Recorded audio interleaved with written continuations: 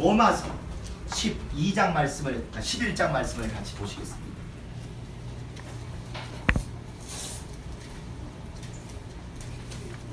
로마서 11장 22절부터 24절까지 같이 합독을 하시겠습니다. 로마서 11장 22절부터 24절입니다. 시작. 그러므로 하나님의 인자와 어미를 보라. 넘어지는 자들에게는 어미가 있으니 너희가 만일 하나님의 인자에 거하면 그 인자가 너희에게 있으리라. 그렇지 않으면 너도 찍히는 바 되리라. 저희도 믿지 아니하는데 거하지 아니하면 접붙임을 얻으리니 이는 저희를 접붙이실 능력이 하나님께 있으리라. 내가 원돌 감람나무에서 찍힘을 받고 본성을 거스려 좋은 감람나무에 접붙임을 얻었은즉 원가지인 이 사람들이야 얼마나 더 자기 감람나무에 접붙이심을 얻으랴. 아멘. 오늘 설교 제목이 하나님의 인자와 어미를 보라, 이런 것입니다. 이게 좀 우스갯소리 같지만 제목을 쓰면서 엄혜원 집사님이 얼핏 떠오르더라고요. 진짜로 엄자가 들어가다 보니까 이 목사라는 직분이 참 그렇게 연약합니다. 세종시에 무슨 화재 났다 그러니까 대번 세종시 사는 집사님들 얼굴이 확 떠오르고, 엄자가 나오니까 또 엄집사님이 딱 떠오르고, 아마 뭐 손 얘기하다 보면 또 손집사님 얘기가 딱 떠오르고, 또 남쪽에서 뭐 그러면 또 남집사님 얘기가 딱 떠오르고, 이렇게 되는 거예요. 목사 되게 취약한 직분입니다. 교인에 대한 것들이 관심이 있다 보니까 뭘 해도 이게 교인과 연계해서 보게 되고 그런 것 같아요. 오늘 읽으신 이 얘기는 여러분이 아마 여러 번 들으셨을 거예요. 돌감람나무, 참감람나무, 그 얘기입니다. 이스라엘이 먼저 하나님께 택함받은 백성이어서 구약에 비록 종의 영이지만 구원을 받았다. 근데 그 구약 때 이방인들은 하나님과 아주 무관했기 때문에 다 멸망이었다. 그런데 예수님이 딱 오신 다음에는 이게 완전히 뒤집혔다. 구약부터 미리 선택받고 구원의 기회가 있었던 유대인은 오히려 예수님을 거부해버렸고, 구약에 전혀 하나님을 몰라서 구원에 이르지 못했던 이방인은 오히려 예수께서 열어놓으신 은혜와 구원을 확 받아들이는 바람에 더 구원에 완전히 들어오게 됐다. 그래서 먼저 되었던 유대인은 버림받아서 결국 나중돼 버렸고, 별로 관심도 못 끌고 별 볼 일이 없었던 이방인은 나중되었던 자들인데 오히려 예수를 먼저 받아들이는 바람에 먼저 되었다. 그러니까 너희가 어느 쪽에 속했건 교만 떨면 안 됩니다. 먼저 구원받고 택함받았던 유대인들은 우리가 특별한 민족이라고 교만 떨다가 예수를 받아들이지 않으므로 잘려버렸다. 나무에서부터 가지가 잘라져 버렸다. 그런데 우리는 구원과 하나님을 몰랐다가 나중 예수 믿어서 구원의 기쁨을 얻은 너희들은 지금 굉장히 좋아한다. 그렇지만 이게 다가 아니라 너희라도 역시 교만 떨고 하나님 뜻대로 안 하면 잘려나간다. 원래 택함받았던 원가지였던 유대인도 하나님이 미련 없이 하나님 뜻대로 예수를 영접하지 않으면 잘라버렸거늘 나중 택함받은 너희라고 하나님이 무슨 미련이 있으랴. 너희도 예수를 온전히 붙들고 하나님 뜻대로 살지 않으면 잘라버린다. 그러므로 둘 다의 기회가 공평하고 둘 다의 멸망이 다 하나님의 뜻대로 법대로 이루어지는 거니까 볼멘 소리하고 왈가왈부 할 일이 아니다. 구약이 됐건 신약이 됐건 주님을 알고 받아들이고 누가 더 겸손히 끝까지 붙들고 늘어지냐에 달려있다.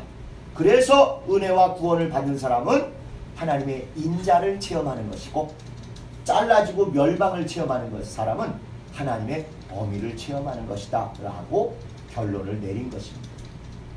그래서 이 인자와 어미라는 단어 가지고 구약 이스라엘과 신약의 우리 믿는 자 곧 교회, 구약의 율법과 신약의 복음, 이 모든 걸 다 꿰는 결론으로 딱 써주십니다.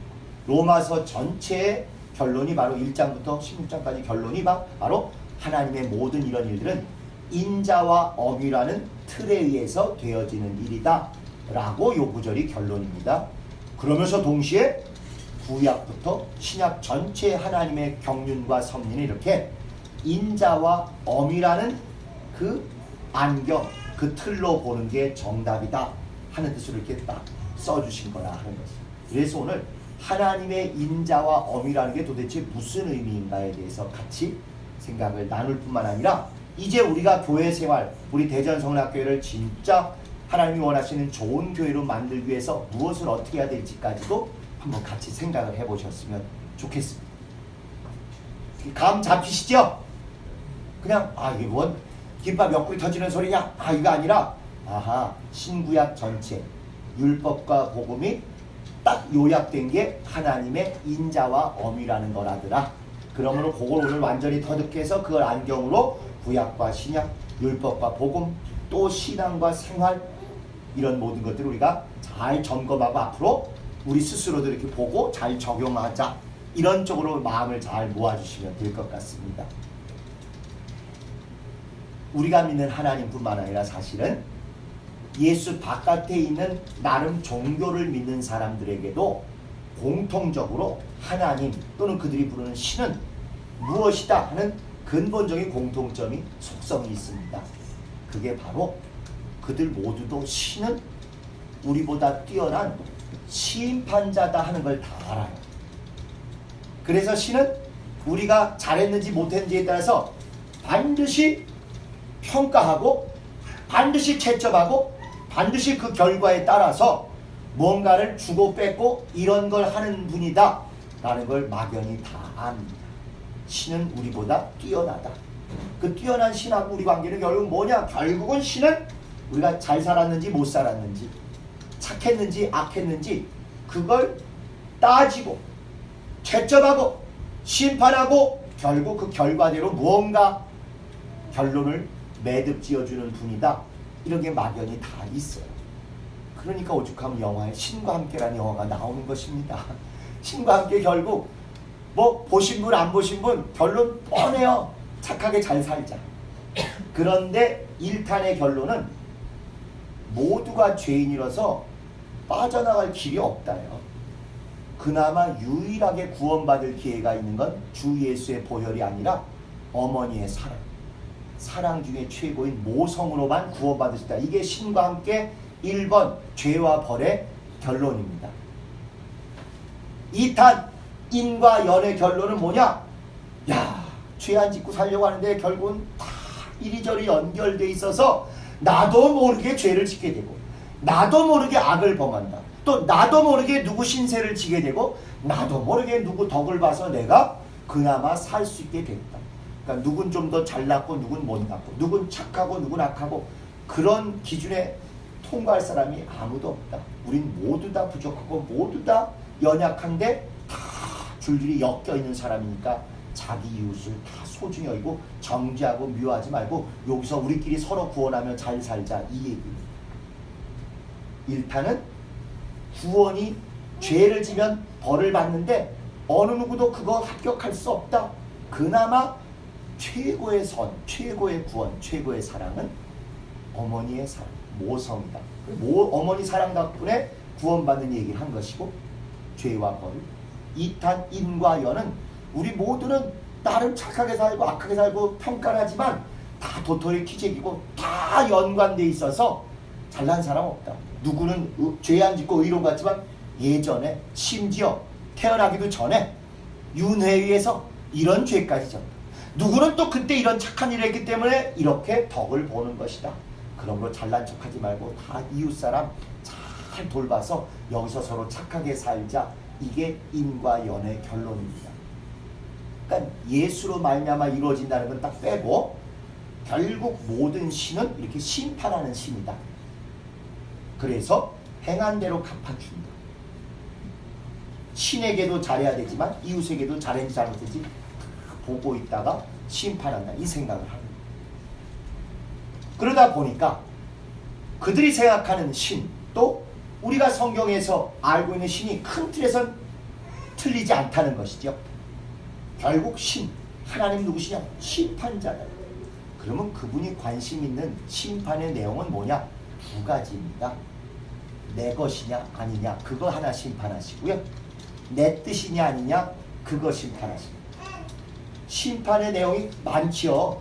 밥을 흘리지 않고 잘 먹었는지부터 시작해가지고 도둑질을 했는지 안 했는지, 거짓말을 했는지 안 했는지, 살인을 했는지 안 했는지, 이런 거 많지만 그 모든 것들을 크게 딱 정리해보면 심판자 되신 신이, 우리 하나님이 심판하시는 거 두 종류.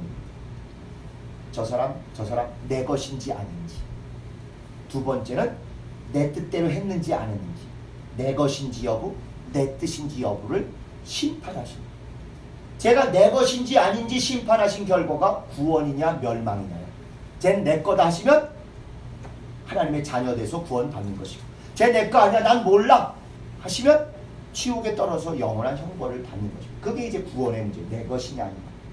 그리고 이렇게 내 것 되었다 할지라도 망나니처럼 멋대로 살았느냐, 내 뜻대로 내가 원하는 대로 살았느냐에 따라서 내 뜻대로가 합격이면 상급을 받는 것이고, 내 뜻대로가 아니라 무관하게 엉망진창으로 지 뜻대로 지 멋대로 살았으면 상이 없고 겨우 내 것이라고 천국에는 가지만 지옥은 면하지만 성 안에 들어가지 못하고 성 밖에서 슬피 울며 이를 가는 그런 신세가 된다는 것입니다.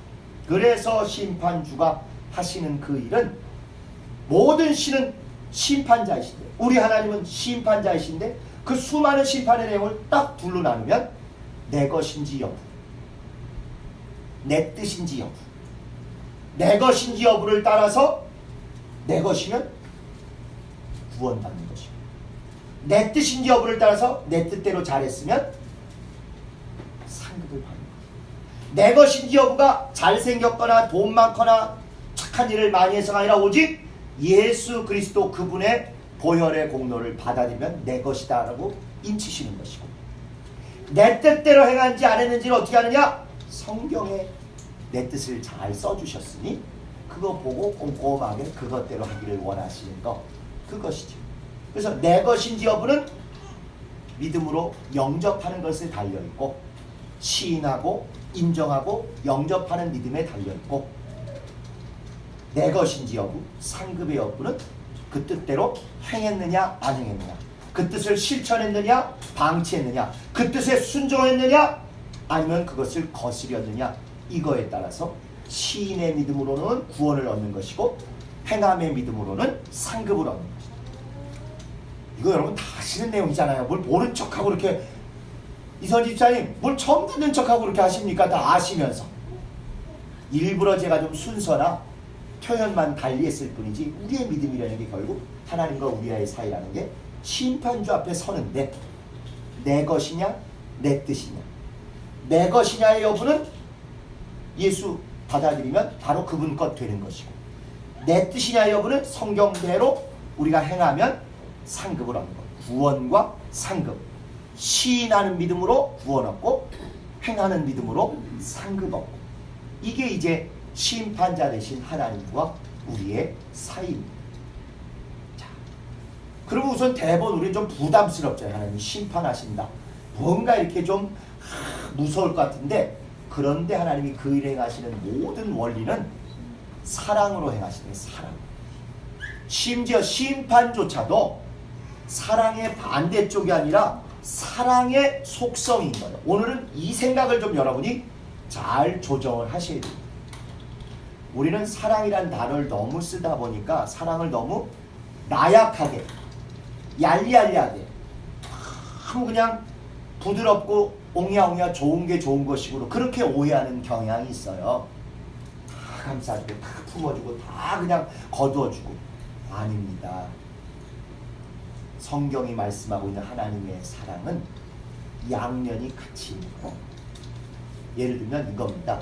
우리 손이 이렇게 있는데, 이쪽 손 바닥이 손이에요? 손등이 손이에요? 어디가 손입니까? 둘 다지요. 이걸 무슨 종이 마냥 잘라서 둘로 나눌 수도 없잖아요. 그 재주 좋은 사람은 어떻게 그 10,000권, 50,000권을 그렇게 그걸 또 잘라서 2장을 만들어가지고 위조지폐로 쓴다는데, 그 얇은 것을 아무리 이거 두툼해도 우리 이거 자를 수가 없잖아요. 부드러운 손 안쪽도, 이 손바닥도 우리 손이고, 거칠고 시꺼먼 이 등도 합쳐서 이게 손 아닙니까? 그런데 똑같은 손인데도 이쪽은 대체로 쓰다듬고 품어주고 또 사탕이라도 쥐어서 이렇게 손주들에게 주고 또 뭐 사 먹으라고 1,000원짜리도 꼬깃꼬깃해서 쥐어주는 좋은 쪽에 쓰는 반면에 이쪽은 어때요? 꼴방 때리는데 또는 죽어 가만 안 둬. 물론 이제 부부 사이에도 애정 표현을 이렇게 하시는 분들 계시긴 합니다만은 이게 똑같은 손인데 이쪽으로 만날 때는 분위기 좋고 기분 좋고 뭔가 얻는 게 있는데 쓰다듬어주고 감싸주고, 이쪽으로 할 때는 뭔가 헤어질 때도 이렇게 하면 좋은데 이렇게 하면 이게 쌀벌해지잖아요. 같은 손인데 내가 그 사람의 손을 이쪽 안쪽으로 만날 것이냐 아니면 등 쪽으로 좀 살벌하고 긴장감 있게 만날 거냐에 따라서 이게 달라진다 이거예요. 그러나 이게 합쳐야 제대로 우리 손인 것입니다. 그것처럼 하나님이 사랑이시라고 할 때는 품고 감싸고 옹야옹야 좋은 것만 있는 것이 아니라 그 사랑이 두 가지 모양으로 우리에게 나타나는데 그게 바로 인자와 엄이에요.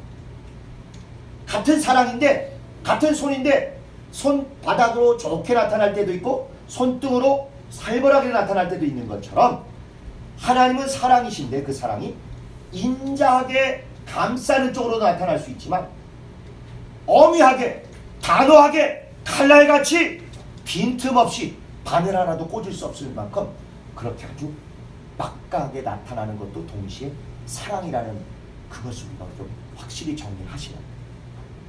그래서 그것을 우리가 잘하는 말로 혹시 바꿔서 얘기하면 사랑은 보호만 있는 것이 아니라 응징도 있어서 이게 합쳐져야 사랑이에요. 보호만 있는 게 아니라 응징까지. 예를 들면 제가 우리 안 집사님을 사랑한다고 치십시다. 막 사랑하는데 김정욱 집사님, 안 집사님은 자꾸 괴롭혀. 막 밀고 때리고. 물론 이제 현실은 없는 얘기예요. 그렇게 하면 사랑이니까 참으시라고 집사님 제가 사랑하지 않냐고 이렇게 그냥 다독거리고 그냥 놔두는 건 절대 사랑이 아니에요. 이건 무책임한 거고 사랑이 아니에요. 방치하는 것이다.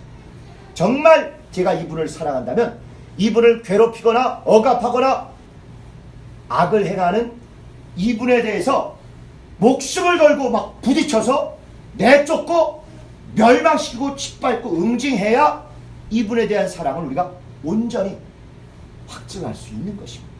사랑은 결코 나약하고 좋은 게 좋은 것이라는 식으로 대충 넘어가는 게 아니라 끝까지 책임을 지고 끝까지 보호해주고 끝까지 가장 좋은 것을 누릴 수 있게까지 되어야 그게 온전한 사랑이고 바로 그게 하나님의 사랑입니다.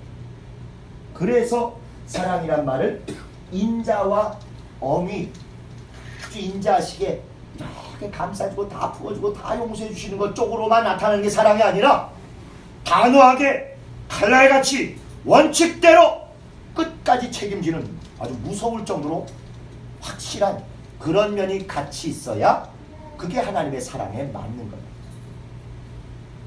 사랑의 대상이 될 만한 사람은 끝까지 보호하되 그걸 방해하거나 그 사람을 폭행하거나 사망의 억압을 주는 사람이 있으면 끝까지 사람을 짓밟고 분쇄하고 멸망시켜서 이 사람이 사랑을 온전히 누리게 해야 보호와 응징이 같이 맞아 떨어져야 그게 온전한 사랑, 하나님의 사랑입니다.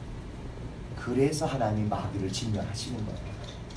하나님의 사랑을 받는 인간 착하고 예쁘고 좋다고 항상 품으시지만 마귀가 귀신이 와서 괴롭히고 자극하고 들러없는데 야야야 참아 내가 너 사랑하지 않냐 너는 내 사랑 하나 갖고 참아 이러면 안 된다. 이 사랑이 온전해지기 위해서 이 사랑을 방해하고 괴롭히는 마귀를 끝까지 멸망시키고 영원히 짓밟고 정말 재기하지 못하도록 완전히 분쇄해 주셔야 인간에 대한 사랑을 온전히 그분이 우리에게 확증해 주실 수 있는 거죠. 그래서 하나님이 사랑이시다는 것과 하나님 분노하시다는 게 결코 정반대 맞서는 개념이 아니다. 이거 다 사랑이라는 하나 안에 있는 짝이고 나눌 수 없는 것이고 손이라는 거에 손바닥과 손등이 같이 있어야 손의 역할을 제대로 하는 것과 똑같은 이치. 하나님이 심판자이신데 내 것인지 심판하시고 내 뜻인지 심판하셔서 내 것인지 확인하시면 구원하시는 것이고 또 내 뜻인지 확인하셔서 그 뜻대로 잘했으면 상을 주시는 심판자이신데 그걸 대충 즉흥적으로 변덕을 하시는 게 아니라 참 원리 원칙을 갖고 하시는데 그 원리 원칙에 제일 중요한 게 사랑이시다. 그 대충 해도 돼? 아니고 사랑은 양쪽이 꼭 같이 있어야 됩니다. 그래서 인자하게 끝까지 품어주시고 책임져주시는 그 속성과 엄히하심, 엄격하심, 단호하심, 철저하심, 냉철하심, 냉정하심이 함께 있는 인자와 어미가 함께 역사하는 게 사랑입니다.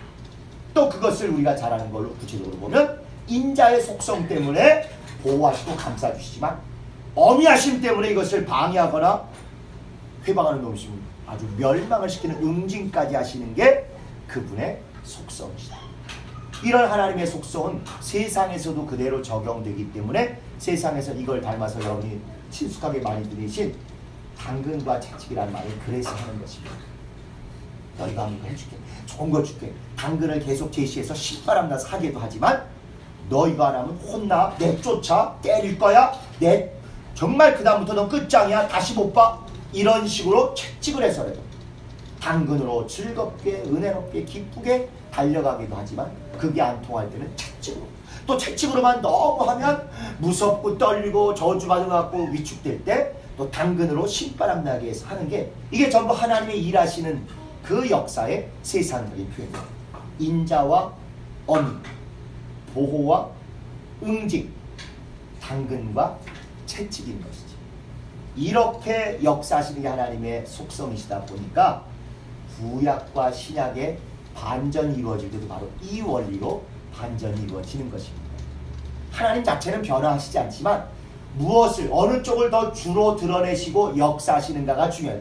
항상 이렇게 하고 이렇게 이걸 주로 쓰는 사람 있고 항상 독이 오르고 화가 나고 죽어 맞을래? 이런 사람이 있는 것처럼 구약은 주로 하나님의 두려운 모습, 엄히하심, 엄격하심, 손등, 주먹, 멸망 이런 게 느껴지는 가운데 예외적으로 손바닥을 통해서 따뜻하게 용서하시고 구원하시고 감싸주시는 면이 있는 반면에 신약은 오히려 예수께서 피 흘려주시고 모든 걸 공개하셔서 주먹이나 협박이나 채찍보다는 따뜻하고 감싸고 은혜롭고 보듬고 정말 즐겁게 환희가 넘치게 하시는 그런 모습이 구약과 신약의 차이입니다. 또 율법과 복음의 차이입니다. 여기까지는 여러분이 다 아시는 거예요. 구약은 좀 쌀벌하고 엄히하고 엄격하고 주먹에 손등 쪽이 주로 보이는 하나님의 모습이라면 신약은 감싸주시는 그래서 인자하시고 보호하시고 더 당근에 이런 것들이 있는 쪽으로 우리를 주로 만나게 해주십니다. 그래서 율법은 어미의 모습, 복음은 인자의 모습 이런 것입니다. 그런데 신약은 거기에 머물지 않고 한 걸음 더 나간다는 것입니다. 어미하심이 끝난 게 아니고 끝까지 더 철저히 가시겠다. 다만 과목이 달라져요. 과목이. 구약은 어미하심 때문에 아예 구원에 못 들어오고 떨어지는 쪽으로 채점을 하셨는데 신약은 단번에 예수의 피로 인하여 구원의 관문은 넘었잖아요. 그런데 이제부터는 상급에 있어서 좋은 게 좋은 거란 식으로 대충 은혜롭다 식으로 건너가지 않으시겠다는 것입니다. 이제는 구원에 대해서가 아니라 상급에 대해서 엄히하시게 엄격하시게 철저하고 꼼꼼하고 칼날같이 그렇게 우리를 만나주시겠다는 것이 그것이 신약의 가장 소중한 어미의 모습입니다.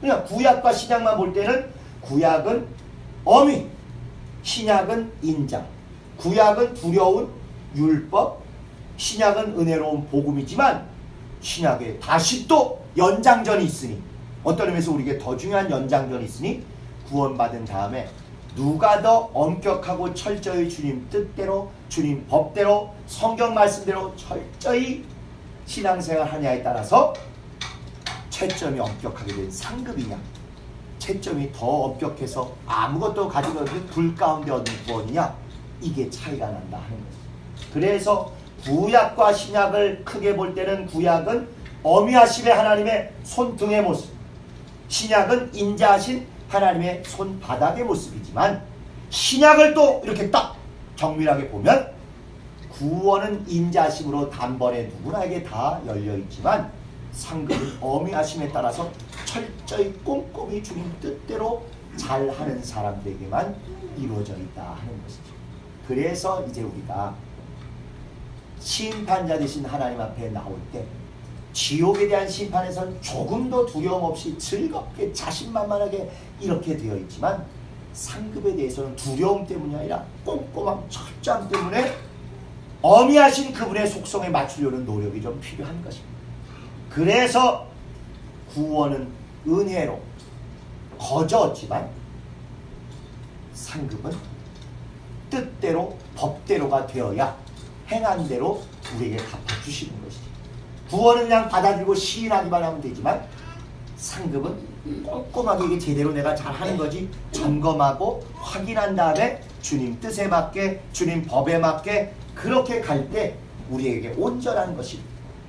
구원은 무조건이지만 신약은 상급은 법대로 뜻대로 행함으로 그렇게 이루어집니다. 그래서 이제 우리가 교회에 오고 또 대전성락교인으로 모여서 이제부터 진실하게 고민해야 될 것은 주님이 나 구원하셔서 지옥 안 가게 됐습니다. 이 고민은 큰일이 아니에요.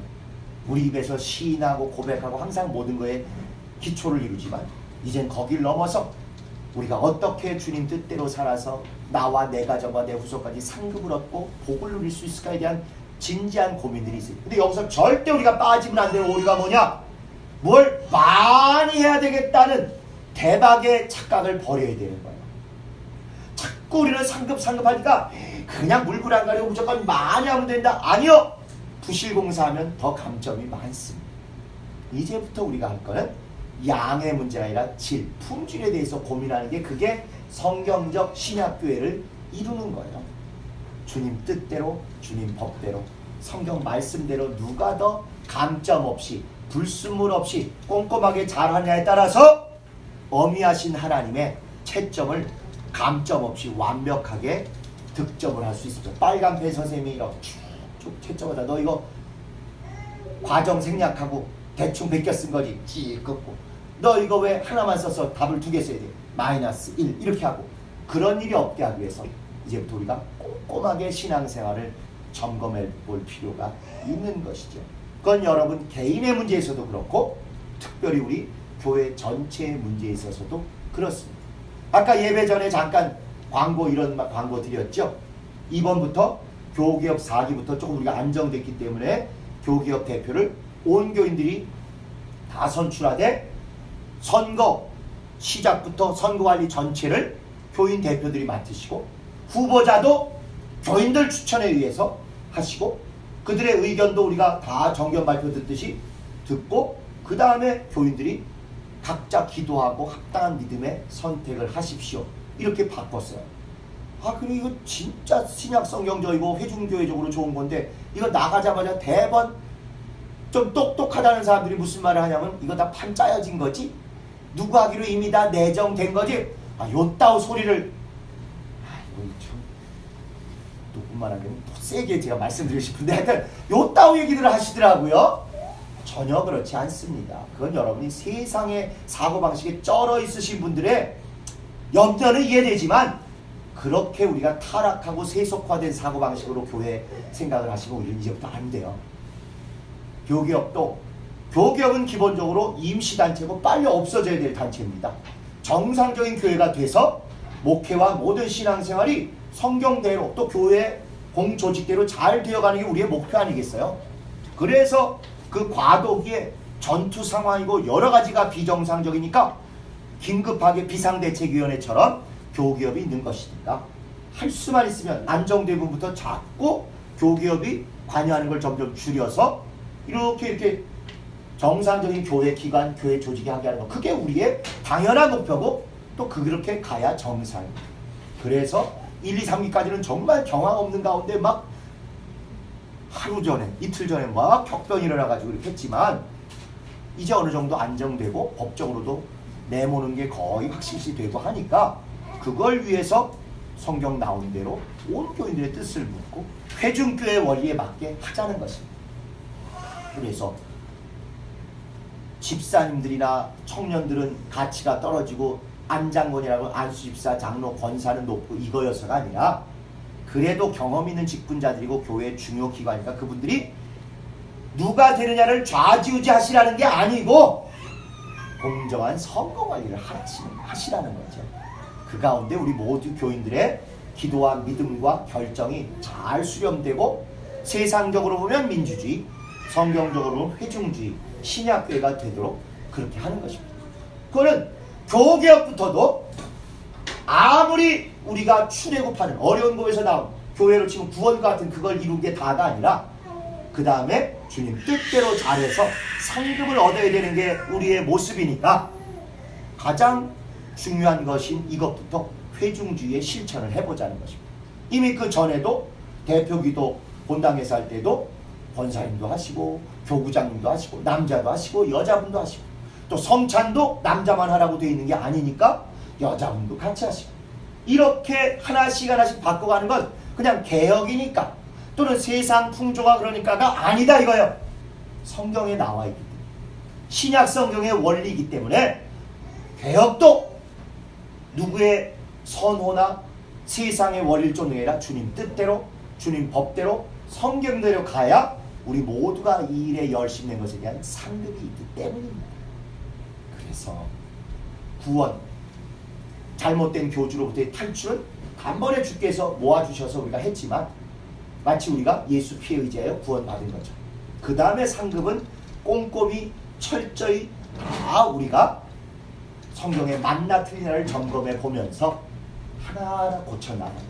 그래서 이번 선거가 굉장히 영적으로 또 우리 전체 성락교회적으로 아주 중요한 것입니다. 이제 진짜 교회가 목사가 교회 주체가 아니고 교인들이 교회의 주체라는 것을 확인하는 중요한 사건입니다.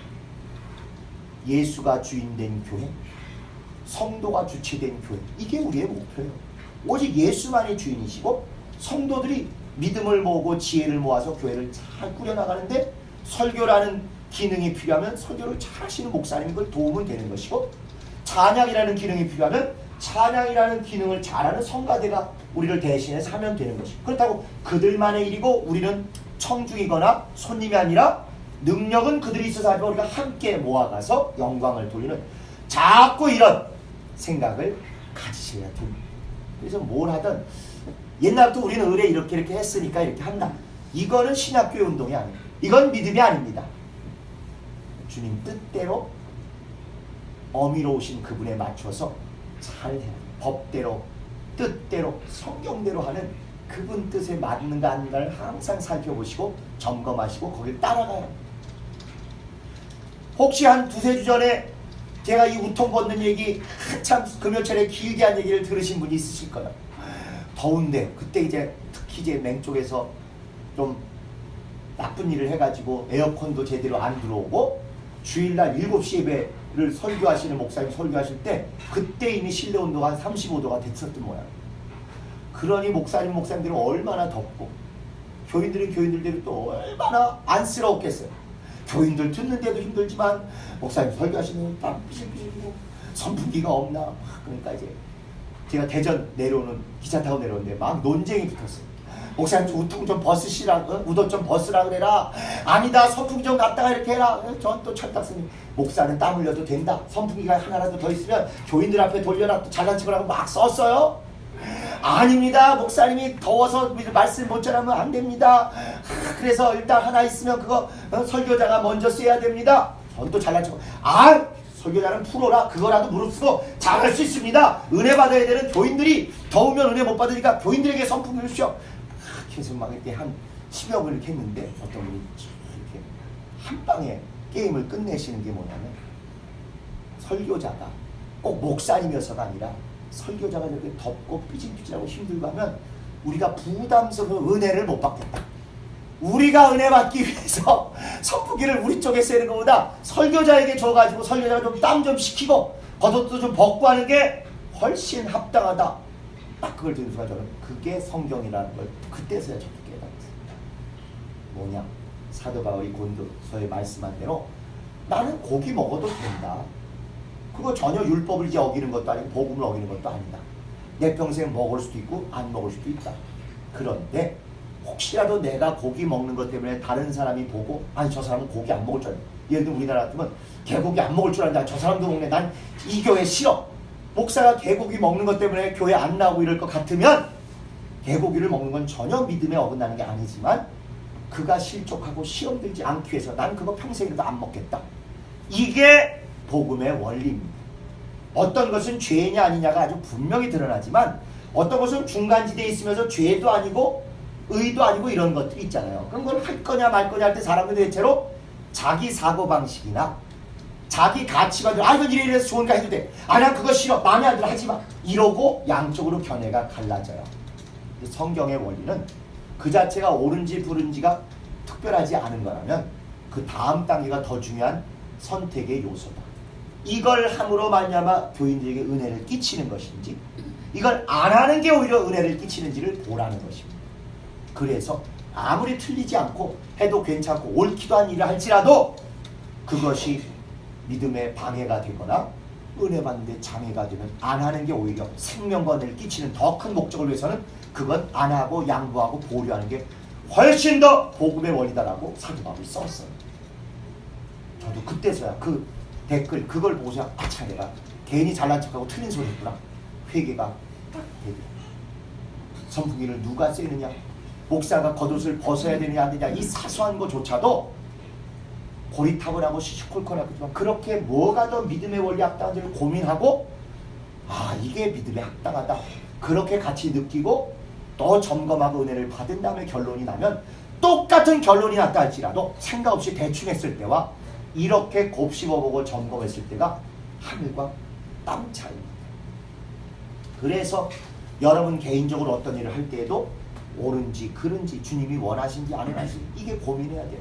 그래서 연초에 제가 그런 질문을 꼭 해보자고 말씀을 드렸어요. 성경에 이런 것에 관해서 뭐라고 쓰여 있는지, 예수님이라면 어떻게 하셨을지, 그리고 이거 하는데 성령께서 우리를 도와주시는 것 같은지 아닌지 꼭 점검하라고 말씀드린 것처럼 대충 하던 대로 원래 나는 이런 성향이니까 또 우리는 원래 이런 식으로 했으니까 절대 앞으로 그러시면 안 되고 아무리 수십 년 해온 거라도 이게 성경에 맞나?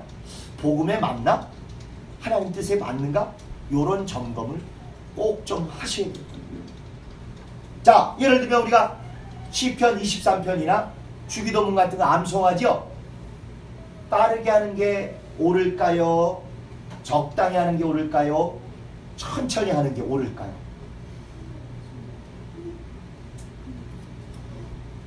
(4번도) 있어요. 젊고 씩씩한 사람은 빠르게 이걸 좋아하잖아요. 연세 좀 드시고 천천히 좀 음미하기 싶으신 분은 3번 좀 천천히 해주기를 원하고 또 그래도 적절히 맞춰야지 대부분 이렇게 하시는데 정답은 그때그때 달라요. 진짜 연세 드신 분들이 많이 계신 데서는 또 많은 다양한 사람이 있을 때는 잘 나가는 사람 기준이 아니라 조금 부담스러워하는 분을 기준으로 1부터 100까지라면 한 70쯤에 맞춰서 그래가지고 회중이 다인 데서는 주기도문도 시편 23편도 천천히 하는 게 정답입니다. 정답이라고 보다 그게 합당한 거예요. 누구라도 뒤떨어지지 않고 젊은 사람들은 빨리 하고 싶지만 늦게 한다고 못 따라오진 않아요. 그러나 연세 있으신 분들은 늦게 하면 따라가실 때 빨리 하면 못 따라가신다. 어떤 성향의 문제가 아니라 빨리 하면 이분들은 따라가기가 아예 어렵다. 늦게 하면 조금 자기 마음에 안 들지만 따라가는데 전혀 지장이 없죠.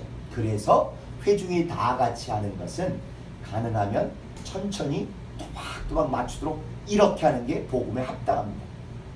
승질 급한 사람은 막 빨리 하고 느긋하고 느릿느릿한 사람은 천천히 하고 이건 복음이 아니에요. 주님과 무관해요. 지 승질이나 성향대로 하는 건 주님 뜻대로가 아닙니다. 주님이 원하시는 건 회중과 영혼과 생명에 얼마나 합당하게 하느냐에 그걸 우리에게 기대하고 계십니다. 그래서 앞으로 우리 대전성락교에서 뭘 해도 조금 시간이 걸려도 논의하고 고민하고 기도하고 따져보고자 하는 건 그게 우리 성향에 맞아서가 아니라 그게 신약교회 회중주의에 맞기 때문에, 특히나 오늘 여기 오신 이렇게 나이 젊으신 분들은 그거에 대한 책임과 좋은 의미로 거룩한 권리를 잘 누리시고 하셔야 돼요.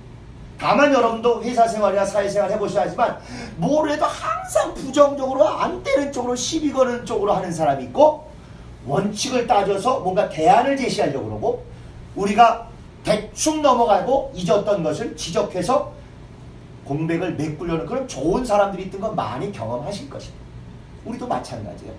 의례 교회는 오래전부터 해온 전통과 역사에서 이건 이렇게 하는 것이다, 그렇게 묻어가기 쉽습니다. 그러할 때 목사가 하던 일이라도 집사님들이 보시기에 이건 좀 이런 면이 있지 않겠냐고 얘기하면 그걸 하셔야 돼요. 또 30년 해오던 일이라도 원래 우리가 이걸 왜 하는 거죠? 근본을 물어보고, 아 이건 이런 목적인데 지금까지 해오던 거에 하면 이런 목적은 50%밖에 못 달성하고 오히려 이런 부작용이나 부담스러운 면이 있을 수 있겠습니다. 요건 더 달성하고 요건 조금 방지하기 위해서 우리가 이렇게 하는 건 어떻겠습니까? 하고 묻고 대안을 제시해보고 고민해보고 이런 일들이 계속 있어야, 그래야 우리가 정말 신약교회 운동, 회중주의 운동, 주님만이 주인 되시고 성도가 주체된 그런 교회를 할 수 있습니다. 거듭 말씀드린 대로 시비 걸고 딴지 걸고 부정적이고 괜히 깐죽거리기 위한 거, 그건 우리 용납할 수 없어요. 그건 주님 뜻이 아니에요. 그러나 믿음에 있고 교회를 사랑하고 뭔가 잘해보려는 우리의 마음을 모아가지고 무엇이 옳은지, 우리가 혹시 놓치고 있는 것은 없는지, 이게 진짜 우리가 원하는 목표를 제대로 달성하는 믿음의 방법이지, 이런 것에 대해서는 특별히 우리 생각이 신선하고 무조건 세상을 쫓아서 세상에 잘 되는 원리도 경험하신 여러분들이 한번 비교해보고 고민하고 논의하고 이런 것들이 되어야 인자하신 하나님도 우리가 제대로 체험하는 거지만 어미로우신 하나님도 제대로 체험하는 것입니다. 마무리를 하겠습니다. 하나님은 심판자이셔서 모든 걸 사랑으로 심판하시는데, 내 것인가 심판하시고 내 뜻인가 심판하십니다. 내 것인가 심판하시는 게 구원 받았는지 안 받았는지를 결정하시는 것이고, 내 뜻인가를 심판하시는 게 상급을 받을 만한지 안 만한지 그걸 심판하십니다. 이걸 사랑의 원리로 하시는데, 사랑의 법칙으로 하시는데, 사랑은 좋은 게 좋은 거로 대충 넘어가는 게 아니다. 사랑은 반대돼 보이는 양면이 있는데 그걸 성경은 인자와 엄이라고 표현하셨다. 손에 아주 부드럽고 따사로운 손바닥과 무섭고 살벌하고 두려운 거친 손등이 하나가 되어야 손이 되는 것과 마찬가지다. 그래서 인자하시게 품어주시는 면도 있지만 엄하시게 결단하시고 끌어내시는 면도 있다. 그래서 구약의 유대인이 먼저 구원받았지만 어미로우시기 때문에 잘라내졌고, 신약의 이방인은 인자하심 때문에 구원받습니다. 인자와 어미를 다른 측면으로 보면은 보호와 응징이다. 사랑이라고 해서 옹야옹야 다 덮고 지나가는 게 아니라, 사랑 받을 만한 자는 끝까지 보호하시고 방해하는 자는 끝까지 벌 주시고 멸망시키는 응징을 하시다. 또 이것이 세상 이치로는 당근과 채찍으로 하나님이 양면을 다 구사하십니다.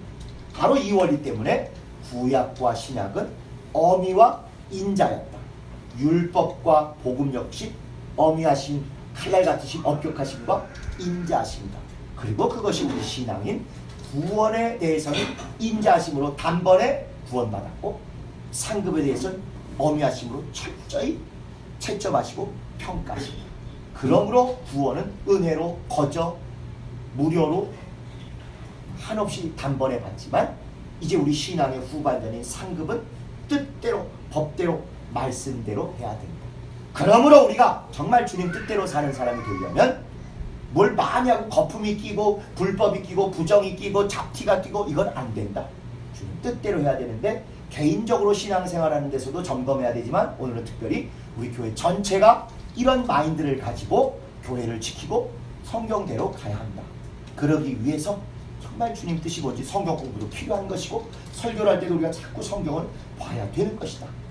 이렇게 구원받는 건 진리로 단번에 받지만 우리가 상급 쌓고 교회를 사랑하고 충성하는 윤리에 맞게 성경적 윤리, 진리에 맞는 윤리로 가야 된다.